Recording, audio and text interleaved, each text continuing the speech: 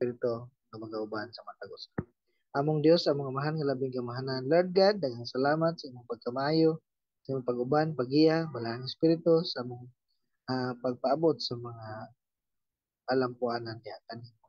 Lord, nining nga paghisgot namo sa imong pulong, balahang espiritu among gihangyo nga padayon nga magauban, mag-aandam, magkagiya, magpanalangin sa matag usa. Labi na ko Lord nga imong instrumento, gamita ko Lord alang sa imong katuyuan ni gigabiyon, Lord, ikaw ang magadumala sa akong mga ipangsulti karon Ginoo. Lord, ikaw magapanalangin wala kay labyan sa matag usa sa mga naga kaigsunan nga naga paminaw, naga-involve, Lord, online. Manalangin ka sa kinatibuk-an, among isalig kanimo ang tanan, kaya wala kami mahimo kung wala ang imong tabang.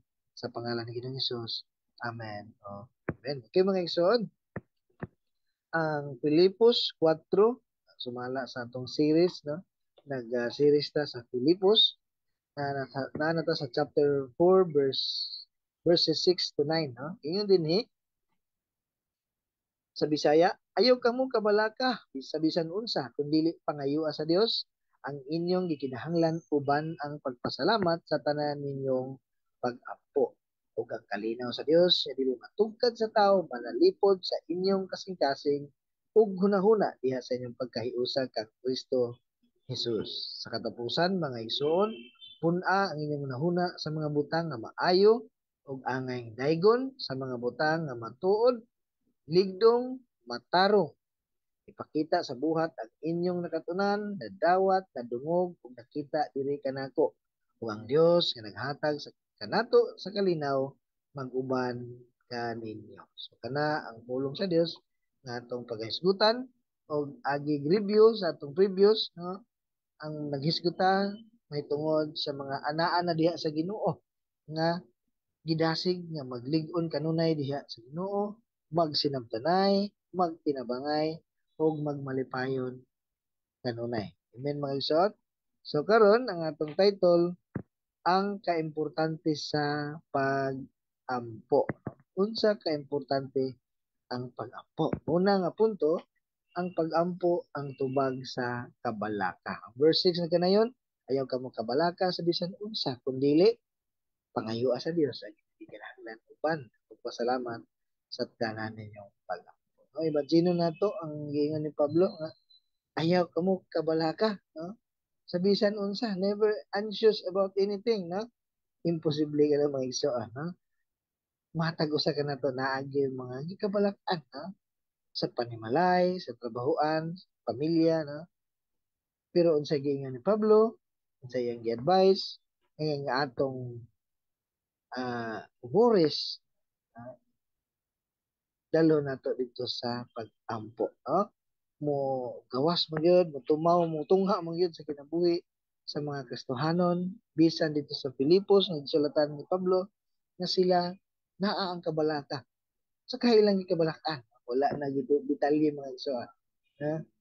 Nga dinhi ta makaingon nga bisan day ang tao assured na sa kaluwasan pero mubati day gyapon kabalaka. Walay may laki na may tungod sa kabalaka. Walay may laki bisa kung sa pagka-secure, no? Una na ko ng dato, no? Kontahan na siya. Iya pag patasan ng iyang gate, nagkuha pa gid siya guard, nagtaon pa gid siya CCTV, ginamonitor pa gid niya, no? Kaya basig traidoran siya sa mga tao, no?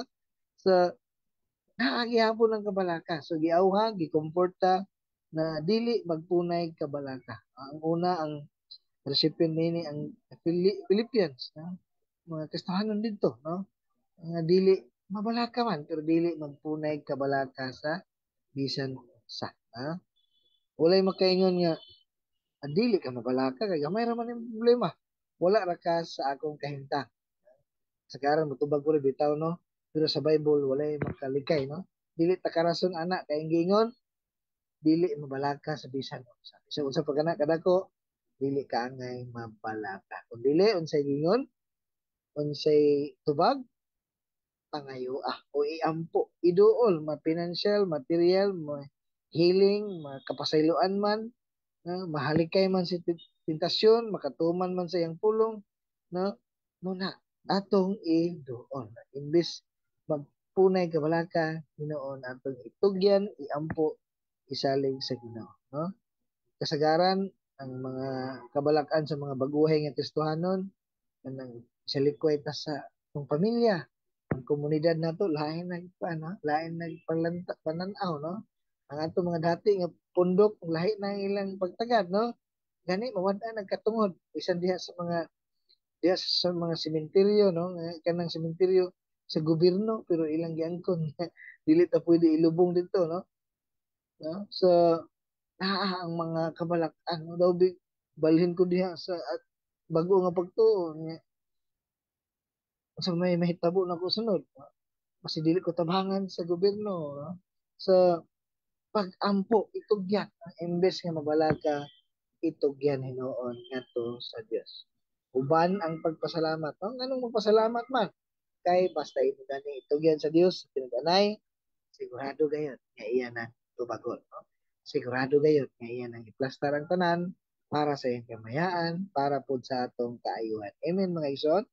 Ang Kolosas 4:2, padayon kamo sa pag-ampo ug pagmabinantayon uban ang pagpasalamat sa Dios. Naagi ano, nagi magic word ang pagpasalamat, no? Og na paghangyo, no? Please, thank you, no?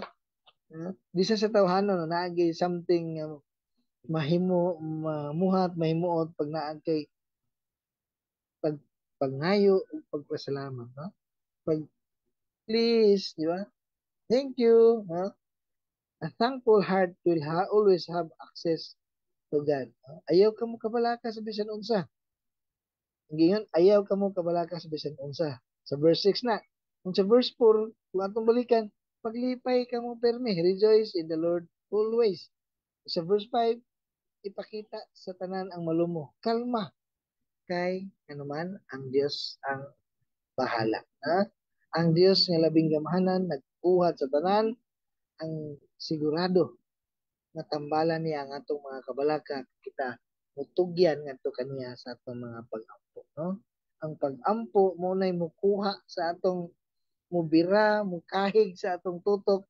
Dito naman ta nakatutok sa kalisdanan, nabalaka ganita. So dito na ta nakatutok sa kalisdanan. Ug birahon ta, kuhaon ang atong tutok, ibalhin ngadto sa pagtutok sa gahom sa Dios. Tungod sa atong pagpagyan ang episode 3:23 daygon tang Dios kansang gahum aniya kanato ug may makahatag labaw pa kaysa atong pangayoon o una-una. Siya nga Dios nga nagluwas, siya nga Dios nga nagluwas kanato sa pinakalisod, pinakadako nga kalisdanan.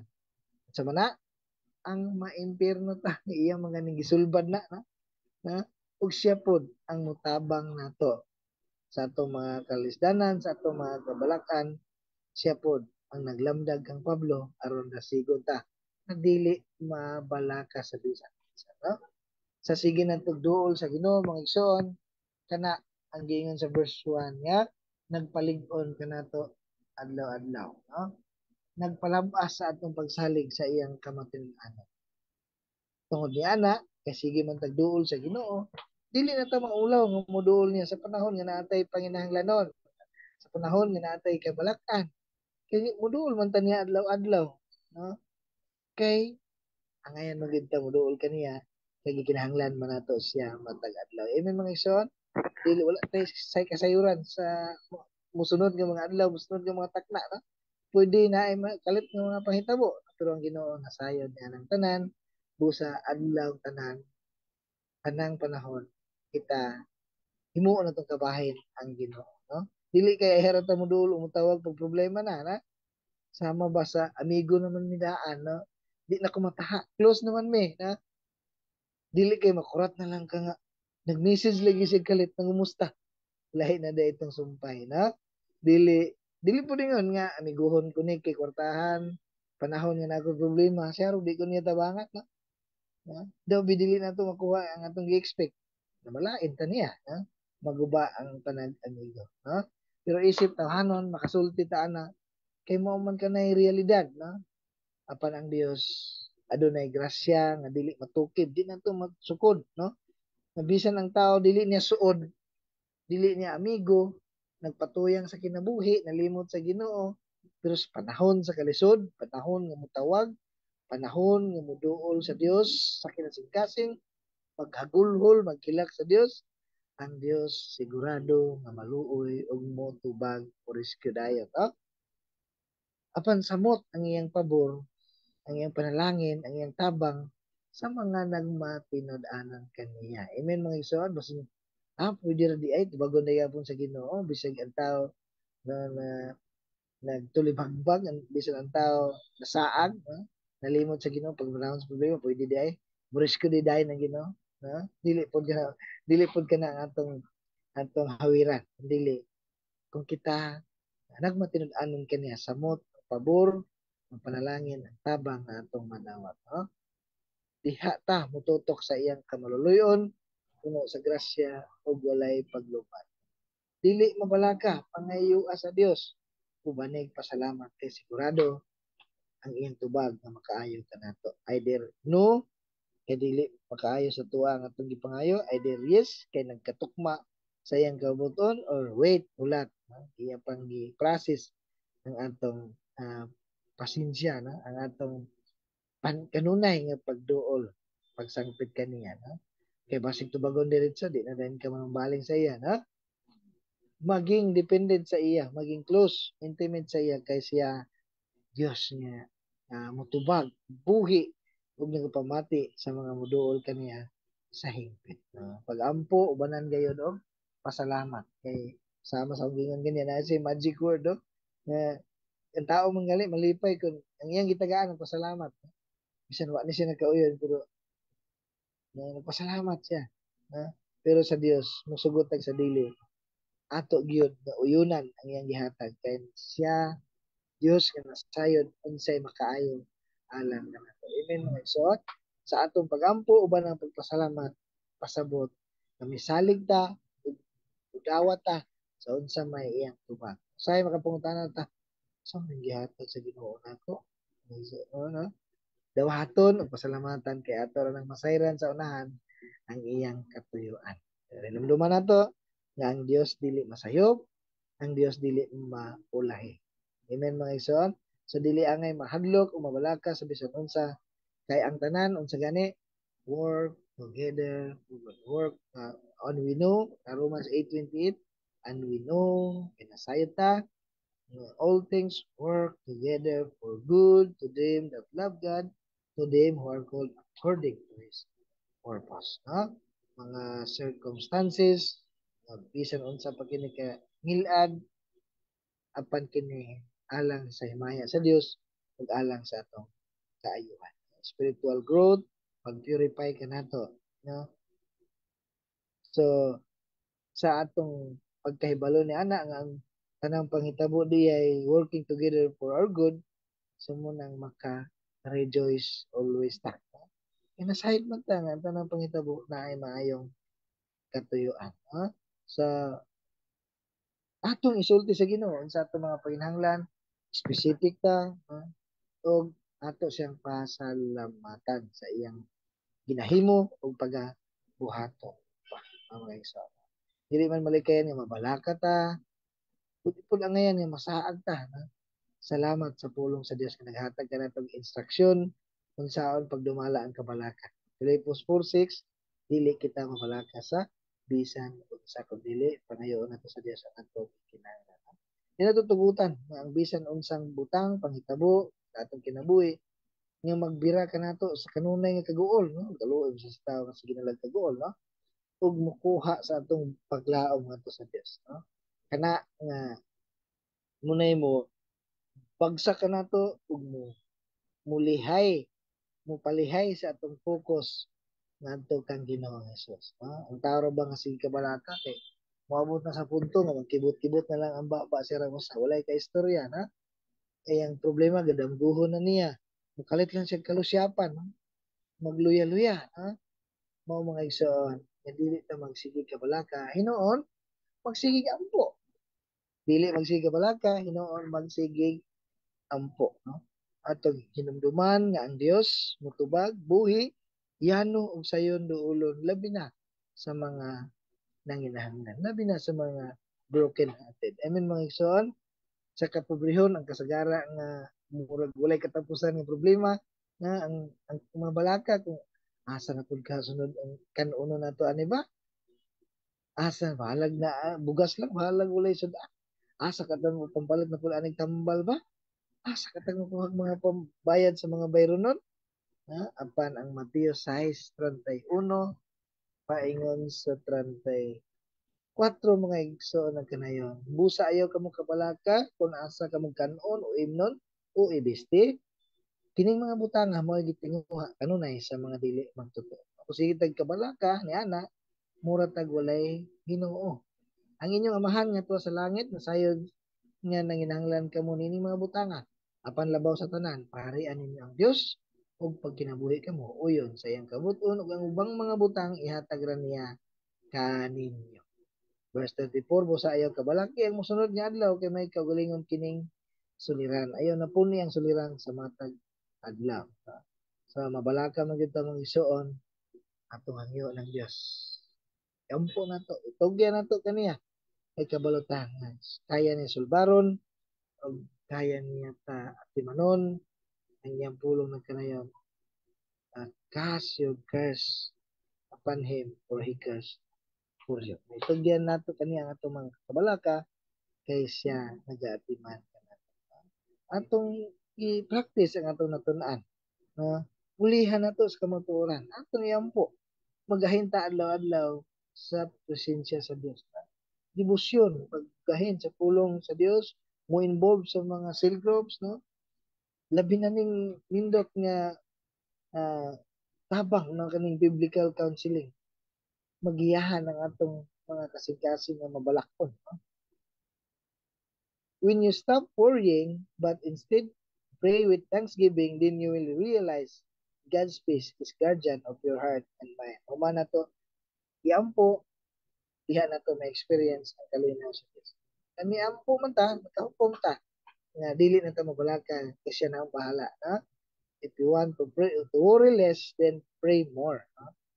Whenever to start to worry and stop and pray, take time to listen what God has to say to you and thank Him for all the good work He has done. So muna mga igsoon, ang kaimportante sa pag-ampo, kay ka na maong tubag sa kabalaka, ug ang pag-ampo ang hinungdan nga maghari ang kalinaw sa Dios. Verse 7, ug ang kalinaw sa Dios nga dili matugkad sa tao manalipod sa inyong kasing-kasing gunahuna diha sa inyong pagkahiusa kan Kristo Jesus. Siya nga Dios sa kalinaw, mamuhat ug muhatag sa kalinaw. No? Na ang tanang kahupayan. Grabe nga ma-amaze ta, no? Nga kalit lang nga hupay ang atong gibati human nato gitugyan. No? Wala na yung pagduha-duha. No? Lisod to karon. No? Nga ni kalit lang kaligon, kalit lang kalinaw, kalipay kay kana gikan sa Dios nga atong gitugyanan, giampuan. No? Nagpasalig sa atong kasing-kasing. Naghaluna. Kalinaw sa Dios, labaw na sa tanan. Kalinaw sa Dios, may magabantay, manalipod, sa kasing-kasing hunahuna, aron dili magsika balaka, aron dili malumsan sa kagool, aron dili pirmi malusyapan. Amen mga igsoon, ang tao na wala nasa insaktong kasing-kasing hunahuna, malfunction, masakit, madisgrasya, ay dil mo abot sa punto nga maghikog. Si pirmi makitag away gubot, no? So diha sa itong pagkahiusa kang Kristo Jesus, mag-ampo ta kalinaw sa Dios ang maghari. Ang Isaiah 26:3 hatagan mo og Ginoo hingpit na kalinaw kadtong kanunay nga naglaom kanimo ug bisalig kanimo. No? Palampas ang kasiguruhan nato sa kaluwasan, ang balaang espiritu mulihok, ang iyang gasa na peace, di ba? Love, joy, peace, no? Ang saad nga langit, sigurado ang atong padulngan nakahanay na, ang saad nga dili kanya pasagdan, nga ang saad nga magmadaugon ta diha sa sala, nga ang kalinaw sa Dios dili na to maangkon sa uh, positive thinking, no? Think positive lang, no? Dili na to maangkon diha or kung walay problema or kung maayo ang atong mood, no? Kung dili maangkon na to ang kalinaw diha sa atong pagsalig sa Dios, nga nagabuhat sa tanan alang sa atong kaayuhan. No? Labi na nga magamit ang atong kinabuhi sa iyang kabubuton. Sa diyang musalig ta sa Dios, siya mohatag kanatong malinawon nga paglantaw bisan sa panahon sa trapiko, bisan sa gubot nga relasyon, bisan pag ang kamatayon nagsinabot. No? Nahiusan na ta kang Kristo Jesus, dili pasabot nga di na ta mabalaka. Di po pasabot nga dili na ta moampo. Kaysa pag-ampo, tabangan ta sa mga angayan nato fokusan o atong tutukan. So kana ang ikatulo nato nga ang pag-ampo mugiya sa mga angayan nato tutukan sa kinabuhi. Verse 8, sa katapusan mga igsoon pun-ah ang inyong unahuna sa mga butang nga maayog angay daygon sa mga butang nga matuod, ligdong, matarong, putli, matahom ug halangdon. So muna ang pag-ampo mugiya nga mapuno ta sa mga maayo ug saktong pangunahuna. Itong mga maayo positibo nga makapahimaya sa Dios, magkahupay, makalipay kaniya, no? No? Dili to mga bad, no? Dili to mga bastos, mga hugaw, mga kaligot-got, mga karahasan, horror, or adlok-adlok sa ba? Mga pagpanglipag, bakak, mga makauulaw, ngilad, mga negatibo, mga kagubot, stress, nga ihagahatag itong lawas, no?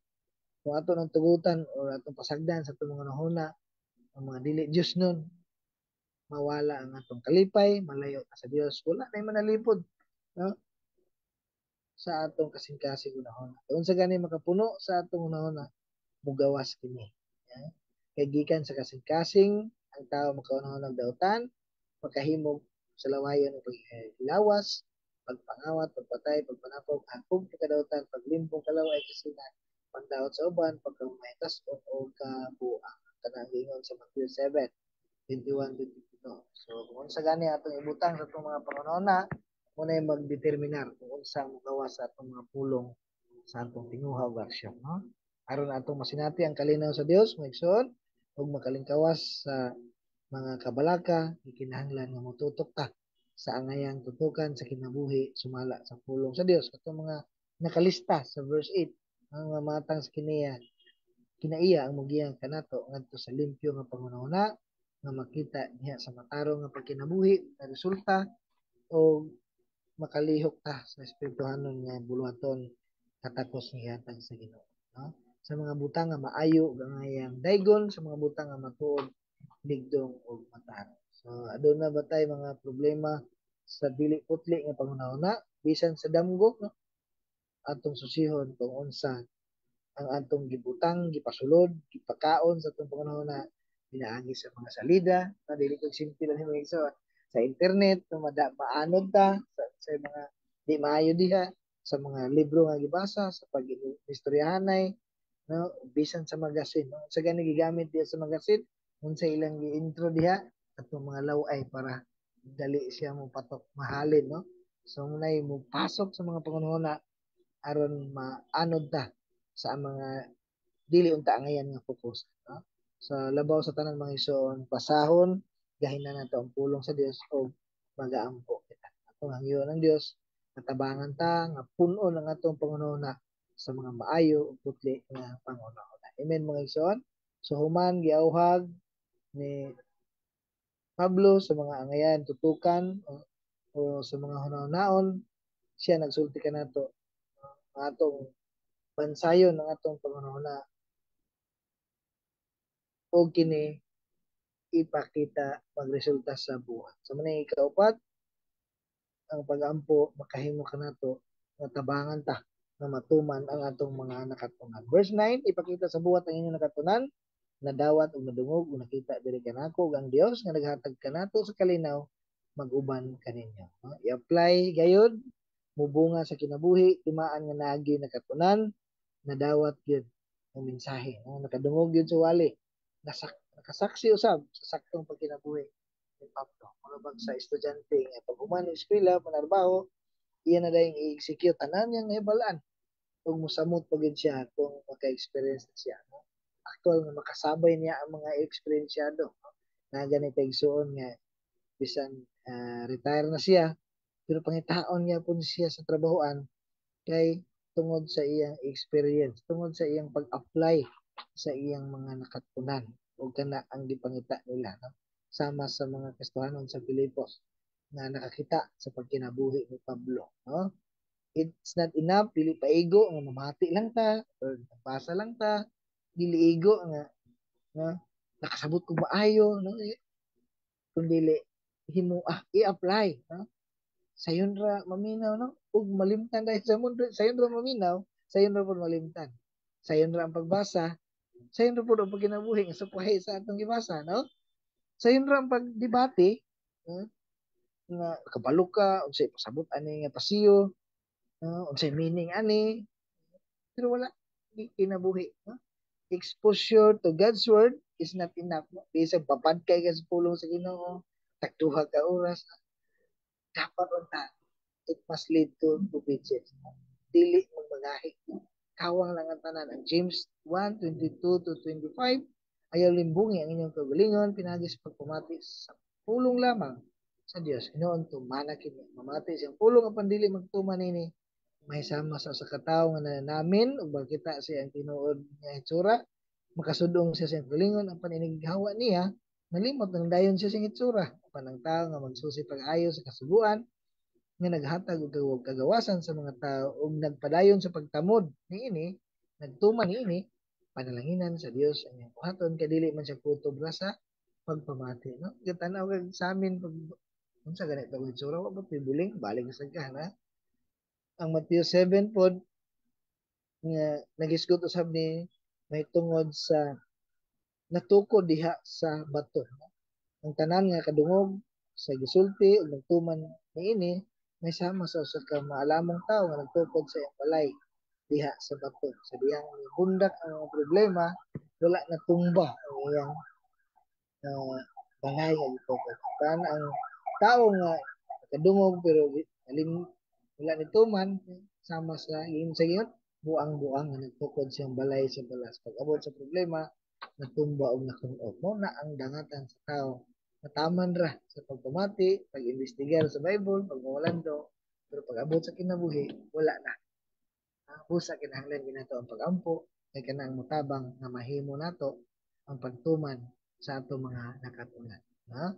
In application, buhata, i-apply nato ang ato nakatunan na dawat kung nadungog o nakita. No? Ang Diyos, ang iyang kalinaw mag-auban ka nato. Panalanginan sa Diyos,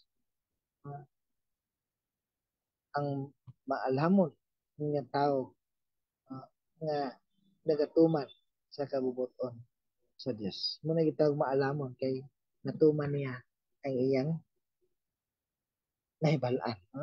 Muna kalainan sa wisdom and knowledge. Ang knowledge nakabalo, ang wisdom nabalaan niya iyang kinakinabuhi.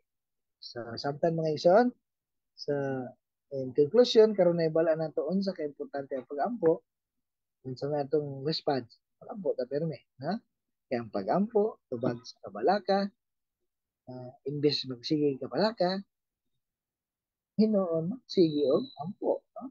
Ang pag-ampo ang hinungdan nga maghari kalinaw sa Dios.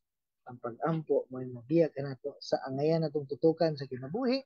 Ang pag-ampo makahimo kanato sa pagtuman sa ato nakatunan sa pulong sa Dios o ang mga nagkinabuhi nga naguna kanato nga maayong ehemplo kato ang atong humana. So, ampo kita permi para kusgan, para malinawon ta kaliwala sa bisan o isang sitwasyon. Amen mga igsoon. Dalay ko ng Diyos, kana ang pulong sa Diyos nga atong nga paminawan karon. Mag-ampo ta, among Diyos Amahan, daghang salamat Lord God sa mga kamaturan nga among ginadungog karon ang kaimportante sa pag-ampo. Tabangi kami Lord, nga kining tanan among makinabuhi uban sa imong kusog ug tabang Ginoo kay wala kami mahimo kung wala ikaw. Salamat sa mga kamatuoran nga maoy nagtabang kanabo sa pamaagi aron maalingkawas kami sa sigig kabalaka. Lord Hinoon, tabangi kami nga maghandom, maghuna-huna, bisan unsa among buhaton, bisan asa kami, Lord, among himuon ikaw nga kabahin sa among kinabuhi, kanunay kami moduol sa imong presensya. Kadiha sa imong presensya, may gahom ug makahimo kami, ligon kami, maalamon kami, nga moatubang sa among pagkinabuhi nining kalibutan. Dalaygon ka sa Dios, manalangin ka sa tanan nga kining pulong dili mo labay nga kawang sa pangalan ni Ginoong Hesus. Amen. Amen. Dalaygon ng Dios, mga igsoon. Thank you, Lord.